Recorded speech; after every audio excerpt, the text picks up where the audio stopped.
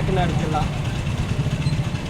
ప్రస్తుతం పిఠాపురం నియోజకవర్గానికి 1952 నుంచి 2019 వరకు 16 సార్లు ఎన్నికలు జరగగా 2014 నుంచి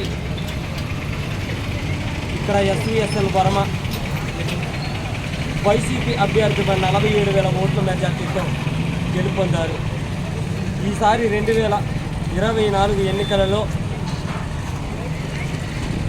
కాపు సామాజిక వర్గానికి చెందినటువంటి వైసీపీ అభ్యర్థి వంగ గీత కూటమి నుంచి పవన్ కళ్యాణ్ పోటీ చేస్తున్నారు. ఇప్పుడు ఇక్కడ ఉన్న తాజా పరిస్థితిని ఈ నియోజకవర్గంలో ఎవరైతే బాగుంటుంది అనేటువంటి విధానాన్ని మనం ప్రజల ముందుకు వెళ్ళి తెలుసుకుందాం. ఒకరికి పనిచ్చే విధంగా ఆయన తనను తయారు చేస్తానన్నారు. ఇప్పుడున్న ప్రతి గవర్నమెంట్ కూడా ఇప్పుడు వైసీపీ తీసుకోండి ఉదాహరణగా, వాళ్ళు ఏం చేస్తున్నారు, మనకి నెలకేనో సంవత్సరానికనో ఇంత డబ్బులు ఇస్తున్నారు. ఆ డబ్బులు ఇవ్వడం వల్ల కుటుంబం అంతా పోషించబడుతుందా? లేదు కదా. కేవలం ఏం చేస్తుంది, ఆ డబ్బులతో మనల్ని ముందుగానే కొనుక్కుంటున్నారండి 1 లక్ష ప్రకారం. ఇక్కడ మనకు కావాల్సింది మనకు కొనుక్కోవడం కాదు, మనం ఏం చేయాలి, మనకంటూ ఒక సోర్స్ కల్పించాలి, మన కుటుంబం పోషించబడాలి. ఇప్పుడు ప్రభుత్వ ఉద్యోగం అనేది ప్రతి యువత ఎందుకు కోరుకుంటుంది, ఆ కుటుంబం మొత్తం ఆ ఉద్యోగాన్ని బట్టి ఆ కుటుంబం అంతా కూడా నడిపించబడుతుంది. అలా కాకుండా ఏదో 15,000 18,000 కుటుంబం అంతా పోషించబడుతుంది. సంవత్సరం అంతా జరగదు కదా. Thank you sir. Okay sir.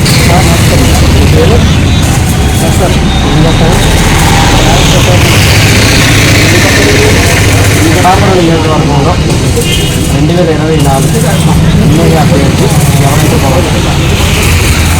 ప్రకారం అయితే పవన్ కళ్యాణ్కి బాగుంది సార్. అట్లా వస్తేనే బాగుంటుంది అనుకుంటున్నాను. మా పిఠాపురం నాకు కావాల్సిన కాన్సెప్ట్ వచ్చి నెక్స్ట్ గవర్నమెంట్ చూసాను. పిఠాపురంలో అయితే మాత్రం డిఫరెంట్ గవర్నమెంట్ పార్టీకి వాళ్ళు ఉంది. నాకు పవన్ కళ్యాణ్ లాస్ట్ టైం వేద్దాం అనుకున్నాడు, కానీ నేను వీలకపోయాడు. లాస్ట్ టైం అయినా అయిపోయింది ఉన్న పరిస్థితులు. ఇదైతే మాత్రం ఖచ్చితంగా 99% ఆయనకే సపోర్ట్గా ఉన్నారు. ఇప్పుడు మాత్రం ఆయన రెండు కాపు సామాజిక వర్గానికి ఇక్కడ వైసీపీ నుంచి కూటమి నుంచి కాపు సామాజిక వర్గానికి చెందిన వాళ్ళు ఇక్కడ కానీ విధంగా మాట్లాడండి. కానీ ఇలాంటి పరిస్థితుల్లో అయితే మాత్రం అలాగే అవకాశం లేదు. ముద్రవాడ పద్మనాభం వచ్చినా సరే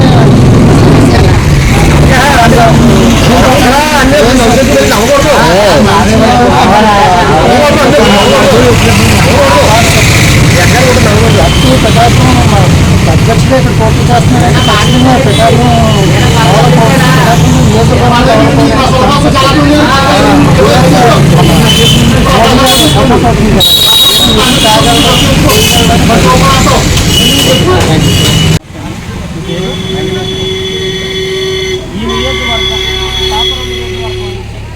నెక్స్ట్ ఎమ్మెల్యే ఎవరైతే బాగుంటుంది? ఎమ్మెల్యే అనేటప్పుడు ఖచ్చితంగా ఇక్కడ ఈ నియోజకవర్గానికి వచ్చేటప్పటికి పవన్ కళ్యాణ్ గారు. ఎందుకంటే 2009 నుంచి ప్రజారాజ్యం పార్టీలో ఉన్నప్పటి నుంచి కూడా పవన్ కళ్యాణ్ గారు రాజకీయానికి ప్రవేశం ఎప్పుడైతే 2008లో ఆయన common man protection force start చేశారో అప్పటి నుంచి కూడా అలాంటి వ్యక్తి రాజకీయాల్లో ఉండాలి, అలాంటి వ్యక్తి ఖచ్చితంగా మనకి ఉపయోగపడతాడు అనే ఆశ కలిగిందండి. అలాంటి మనిషి ఖచ్చితంగా ఎమ్మెల్యేగా నెగ్గే అవకాశం మా పిఠాపురం నియోజకవర్గం నుంచి రావడం చాలా గొప్ప విషయం అండి. మేమైతే 2019 ఎలక్షన్లో కూడా ఆయన ఇక్కడి నుంచి పోటీ చేస్తే మేమందరం నెగ్గించుకుందామని ట్రై చేస్తాం.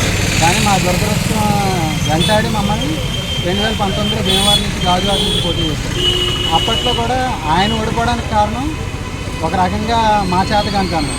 ఎందుకంటే మేము ఒప్పుకోవాల్సిన విషయం ఎందుకని చెప్తున్నా అంటే, ఆయన వ్యక్తిగతంగా కొన్ని లోపాలు ఉన్నాయని చూపించడానికి మా దగ్గర ఏదైనా లేదు.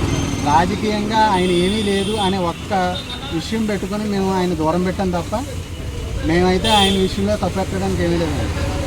అది పవన్నే ఎందుకు కోరుకుంటున్నారు? చెప్తున్నాను కదా సార్, రేపటి తరానికి ఆయన ఇచ్చినంత భవిష్యత్తు ఇంకెవరెవరు.